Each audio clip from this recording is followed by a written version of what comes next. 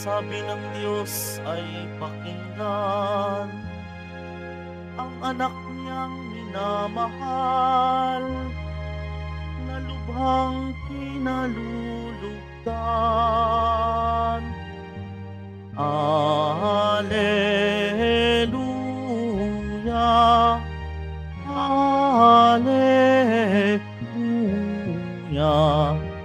Alleluia,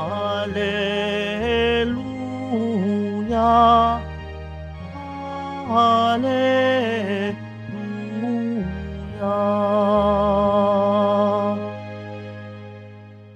Sumainyo ang Panginoon. At sumaiyo rin. Ang mabuting balita ng Panginoon ayon kay San Marcos. Papuri sa iyo, Panginoon.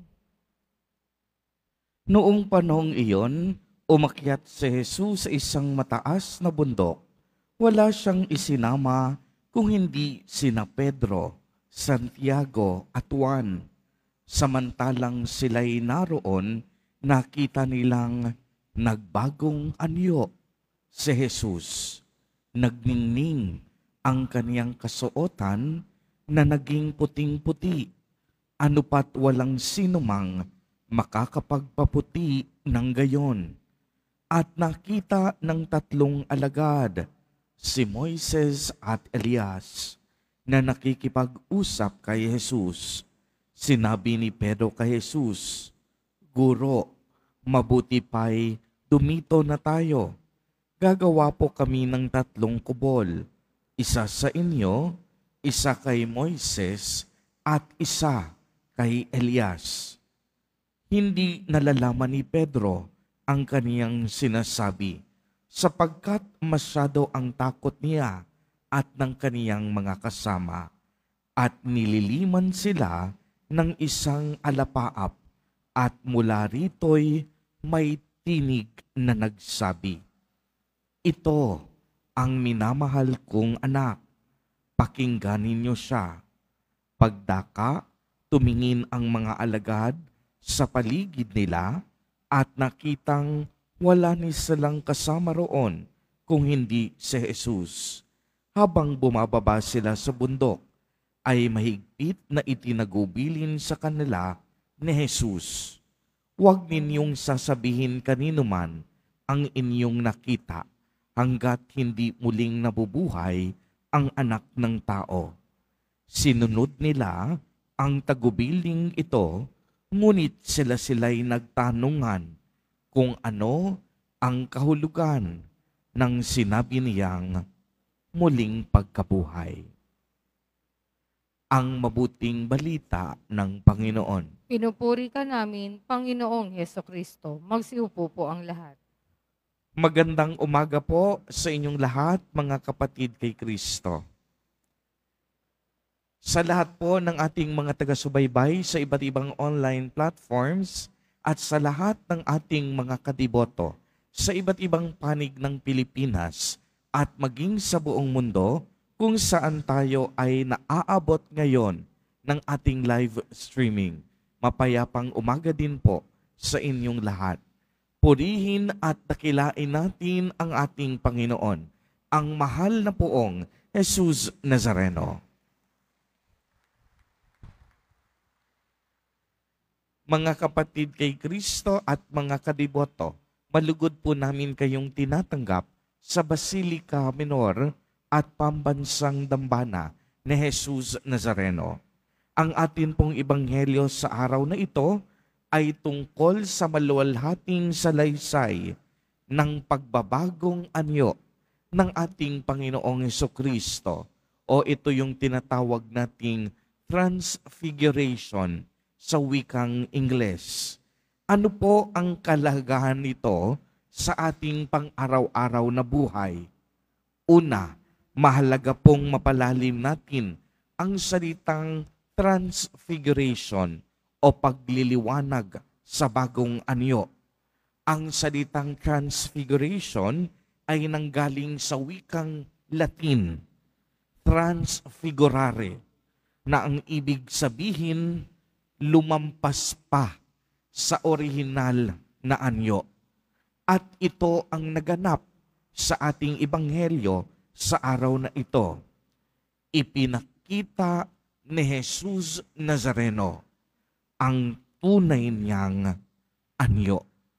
Maliwanag po na narinig natin kung paano nagliwanag ang damit ng ating Nuestro Padre, Jesus Nazareno, na parang busilak na puti at nagniningning ang kaniyang kasuotan na parang sikat ng araw. Nagpakita din doon sina Moises at Elias na kapwa nangungusap sa kaniya. Ang mga nakasaksi sa pangyayaring ito ay 3 malalapit na apostol ni Kristo, sina San Pedro, Santiago at San Juan. Pagkatapos noon, nililiman sila ng isang alapaap at may tinig na nagsabi, "Ito ang pinakamamahal kong anak. Pakinggan ninyo siya." Pagdaka, tumingin ang mga alagad sa paligid nila at nakita nilang wala nang kasama roon kung hindi si Jesus Nazareno. Sa pagbabagong anyong ito ng ating Panginoong Hesus, ipinapahayag po dito na ang ating Nuestro Padre, Jesus Nazareno, ay tunay at totoong Diyos. Siya ay ang Diyos na nagkatawang tao. Siya ang Diyos ng langit at lupa. Siya ay banal na Panginoon. Sa pagbabagong anyo at sa pag-aanyong tao ng Diyos, si Jesucristo ay nagpakababa at nagpakumbaba. Ito po ang dahilan kung bakit siya nanalangin sa Ama, sapagkat ang kaniyang paglilingkod sa lupa ay nakasalalay sa kaniyang kaugnayan sa Diyos Ama at sa Diyos Espiritu Santo. Sa pananalangin, napapatunayan at pinatunayan niya ang kaniyang pakikiisa sa Ama bilang anak ng tao na parito siya upang tuparin ang kalooban ng Diyos Ama. Kaya kung mapapansin po ninyo, ang papel na ginampanan ni na Elias at Moises sa pangyayaring ito ay pawang ipinahayag ni Jesus Nazareno ang kaganapan sa kasalutan at mga propeta. Si Elias tumutukoy sa mga propeta. Si Moises tumutukoy at sumisimbolo sa kasulatan. Dahil dito, si Jesus nakahandang magtungo sa Jerusalem upang pagdaanan ang kaniyang paparating na pagpapakasakit at pagkamatay sa krus. At ang kamatayan ay napagtagumpayan niya sa pamamagitan ng kaniyang sariling kamatayan at muling pagkabuhay.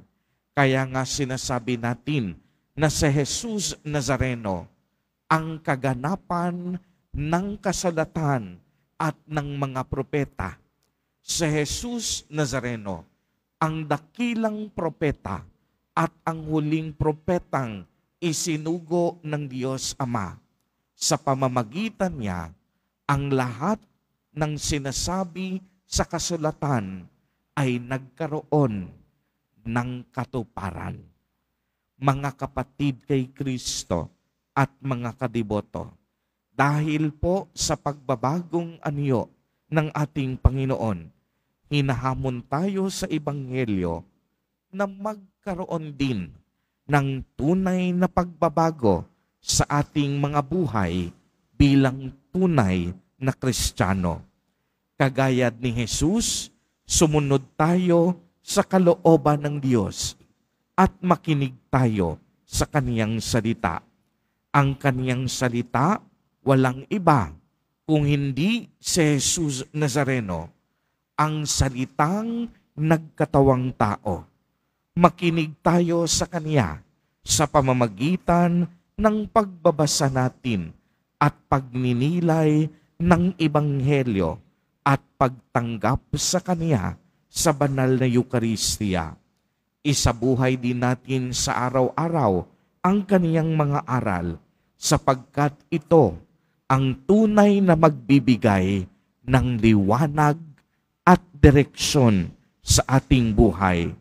Sa atin pong paglalakbay sa daigdig na ito, naway maranasan natin ang pagbabago at pagliliwanag ng ating puso't kaisipan upang tayong lahat maging karapat-dapat na itanghal sa kaharian ng Diyos Ama.